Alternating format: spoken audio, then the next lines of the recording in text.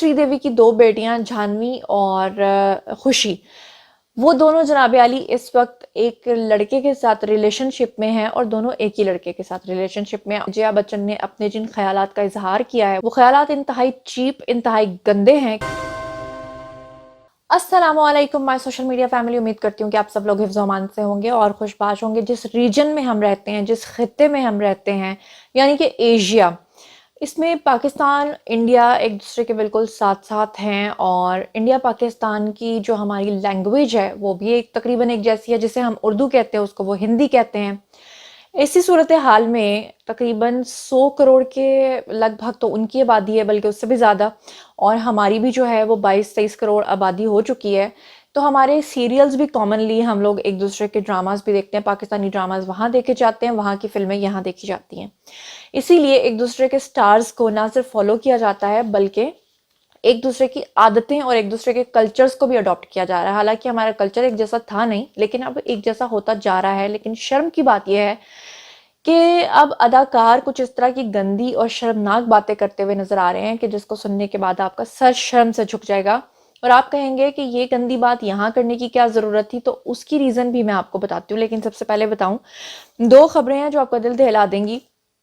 Late Sridevi की दो बेटियां जाह्नवी और खुशी, वो दोनों जनाब आली इस वक्त एक लड़के के साथ रिलेशनशिप में हैं और दोनों एक ही लड़के के साथ रिलेशनशिप में हैं। उन्होंने अपनी क्या कहानी सुनाई वो तो मैं आपको बताऊंगी, लेकिन अदाकारा जया बच्चन जो कि अमिताभ बच्चन की बीवी हैं, उनकी जो अब आगे नवासी हैं, नव्या, वो जनाब नई नस्ल को अब रिप्रेजेंट करती हैं। और उस हवाले से जया बच्चन ने अपने जिन ख्यालात का इजहार किया है वो ख्यालात इंतहाई चीप, इंतहाई गंदे हैं कि वो जया बच्चन जिनका लोगों की नज़र में एक बड़ी सती सावित्री टाइप का, एक बहुत ही नेक खातून का, एक ऐसी अदाकारा जिसने अपनी ज़िंदगी में सिर्फ अच्छे काम से अपना नाम बनाया, ना कि ग्लैमरस, ना कि कोई गंदी चीज़ें या न्यूडिटी को उन्होंने कोई सपोर्ट किया।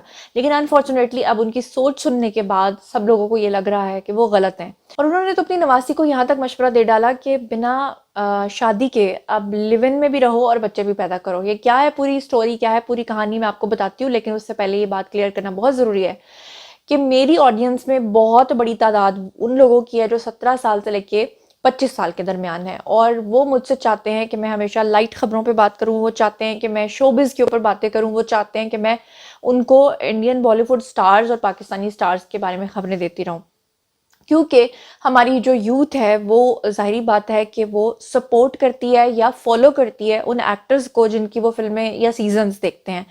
लेकिन अनफॉर्चुनेटली अब नेटफ्लिक्स और इस तरह की फिल्में और सीजन्स जो हैं वो इस हद तक गंदगी फैला रहे हैं कि वो लोगों के दिमागों के अंदर से ईमान नाम की चीज़ को तो बिल्कुल ही ख़त्म कर रहे हैं।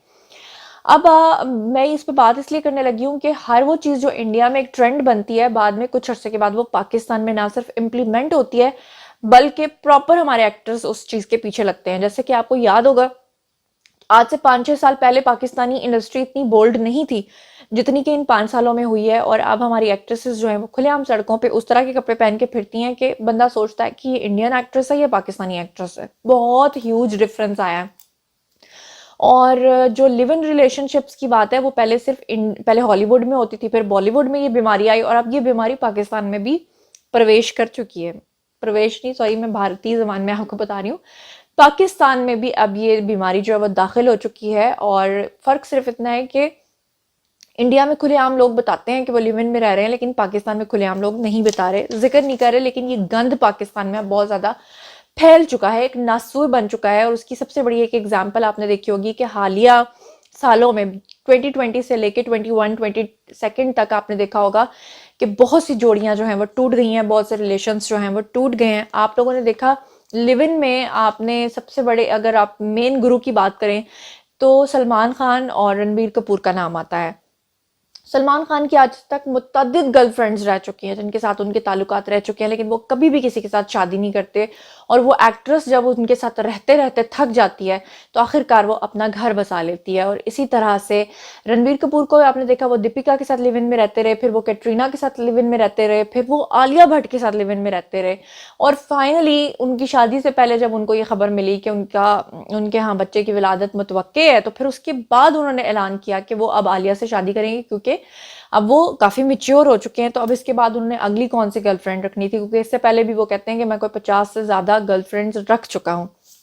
अब मैं आपको बता दूं, श्रीदेवी की पहले आपसे न्यूज़ शेयर करती हूँ उनकी बेटियों की, और उसके बाद मैं अगली खबर की तरफ जाती हूँ। श्रीदेवी के बारे में आजकल एक उनकी बेटियों के बारे में ये बात चल रही है कि एक अक्षत रंजन नाम का लड़का है जो कि एक बहुत बड़े बिजनेस टाइकून का बेटा है, और वो जो बिजनेस टाइकून है वो कंस्ट्रक्शन के बिजनेस से जो है मुंसलिक हैं, और उनको ये आजकल डेट कर रही हैं। लेकिन अनफॉर्चुनेटली इंडिया के अंदर इतना गंद मच चुका है कि एक ही लड़के के साथ दोनों के ताल्लुकात हैं। ये बहुत ही हैरतनाक बात है, और जाह्नवी ने इसको बहरहाल उन्होंने इस चीज़ की तरदीद की है। उन्होंने कहा है कि ऐसा नहीं है, लेकिन जो उनकी तस्वीरें और जो चीज़ें उनकी वायरल हुई हैं वो बहुत अजीब हैं, वो कहानी कुछ और सुनाती हैं। चले, उन्होंने तो तरदीद कर दिया है, लेकिन जया बच्चन ने तो बेशर्मी की हद ही पार कर दी। उनकी एक नवासी है जनाब जी, जिनका नाम है नव्या।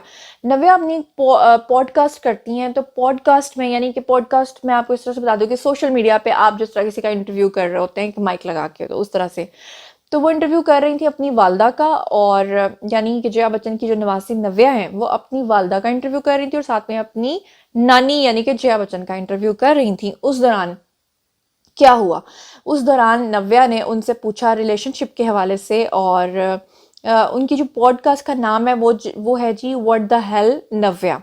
और उसके बाद जया बच्चन ने शादी से पहले जिस्मानी ताल्लुकात कायम करने के ऊपर अपनी राय का इजहार करना शुरू कर दिया उस पॉडकास्ट के अंदर बैठ के।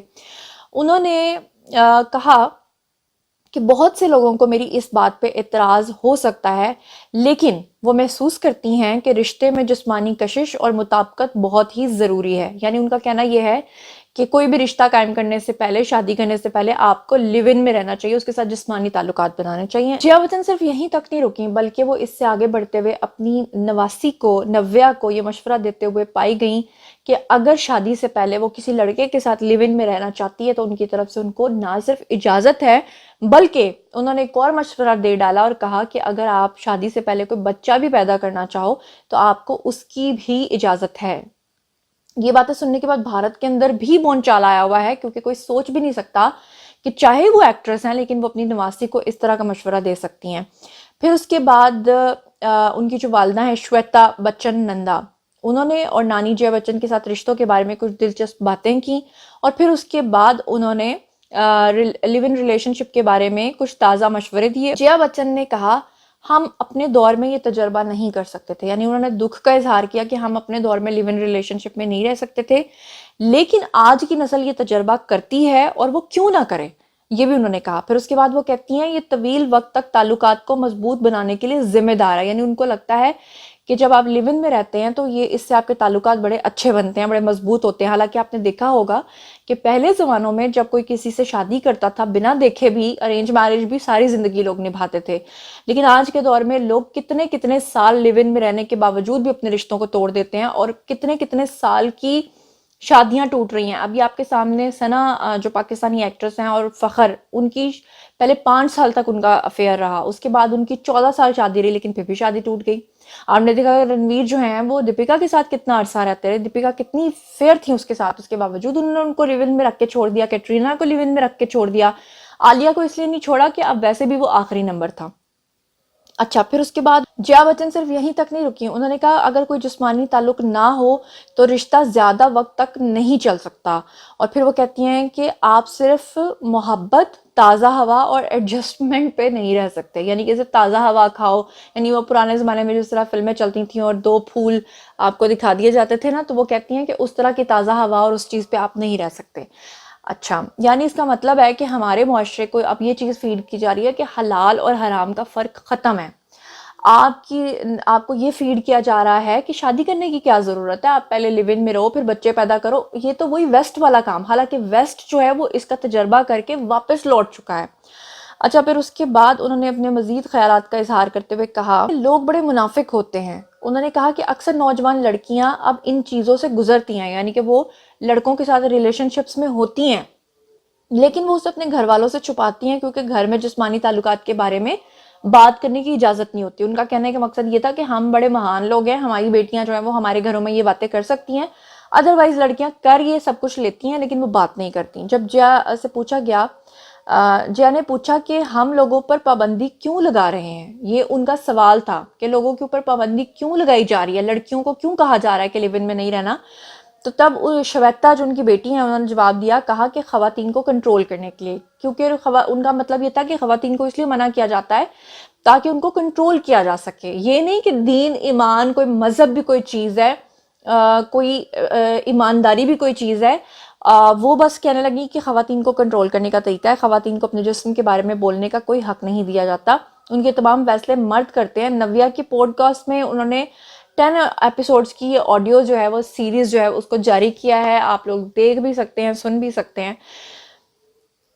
मैं इस पे बात इसलिए कर रही हूँ कि ये चीज़ पाकिस्तान में आ चुकी है, पाकिस्तान में प्रैक्टिस की जा रही है, सिर्फ खुल के इस पे बात नहीं हो रही। और आइंदा आने वाले हालिया सालों में आप देखेंगे कि जिस तरह पिछले 5 साल पहले कोई पाकिस्तानी एक्ट्रेस इस तरह की बोल्डनेस नहीं दिखाती थी, और अब आपने देखा हमारी एक्ट्रेसेस क्या क्या करती दिखाई देती हैं।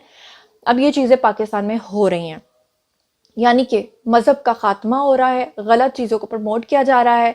वो बड़े बूढ़े जो अपने बच्चों की पहले परवरिश करते थे और उनको नॉर्म्स सिखाते थे, उनको रिचुअल्स सिखाते थे, उनको अपने तौर तरीके सिखाते थे, उनको अपना मजहब सिखाते थे, अब वो चीज़ें मुकम्मल ख़त्म होती जा रही हैं। जहाँ दुनिया ग्लोबल विलेज बन गया है वहाँ बेहयाई बहुत ज़्यादा आम हो गई है, और उसमें सबसे बड़ा हिस्सा हमारा खुद का भी है, क्योंकि अगर हम अपने घरों में ये सब चीज़ों को करेंगे तो फिर इसके आगे मैं कुछ कहना नहीं चाहती। मैं काफ़ी डिसमोटिवेटेड हो गई हूँ। अब आप लोगों की बारी है, आइए कमेंट सेक्शन में बताइए आपको क्या लगता है। जब आप माएँ ही खुद अपने बच्चों को कहेंगी कि हमें तो ये बहुत एक्ट्रेस पसंद है, तो फिर उसको ब्लाइंडली फॉलो करेंगे, तो फिर उसके लिव इन को भी फॉलो करेंगे, फिर उसके तौर तरीकों को भी फॉलो करेंगे, उसकी हर चीज़ को फॉलो करेंगे। और अनफॉर्चुनेटली जया बच्चन का ये कहना कि हम अपने दौर में ये नहीं कर सकते थे और ये करना चाहिए और ये करें, और सबको कहना, मेरे लिए बहुत ही अचंभे की बात है। आप लोग इस बारे में क्या सोचते हैं? और बताइए कि पाकिस्तान में ये होने लग गया, जो कि हो भी रहा है, मुझे पता है कि हो रहा है, लेकिन खुलेआम होने लग गया तो क्या करेंगे? अभी से इस तूफान को थमना चाहिए, अभी से बाइकआउट होना चाहिए, अभी से कंट्रोल करना चाहिए। हम सबको अपने अपने हिस्से का कंट्रोल करना है, बाकी जो है कोई कुछ भी करता है उसे करता रहना चाहिए। जब हम सब अपने आप को कंट्रोल कर लेंगे तो चीज़ें ठीक हो जाएंगी। आप लोग इस बारे में जो कुछ भी सोचते हैं कमेंट सेक्शन में लाजमी आपने अपनी राय का इजहार करना है, चाहे आपकी कोई भी सोच है। मैं आपको पर्सनली जवाब दूंगी क्योंकि मैं जानना चाहती हूँ कि इस वक्त हमारा मुआशरा क्या सोचता है। मजीद खबरें, व्लॉग्स, इंटरव्यूज और सियासत जानने के लिए मेरे साथ कनेक्टेड रहना हरगिज़ मत भूलिएगा। चैनल को सब्सक्राइब कर लीजिएगा। अपना बहुत ख्याल रखिएगा। अल्लाह ने के बाद।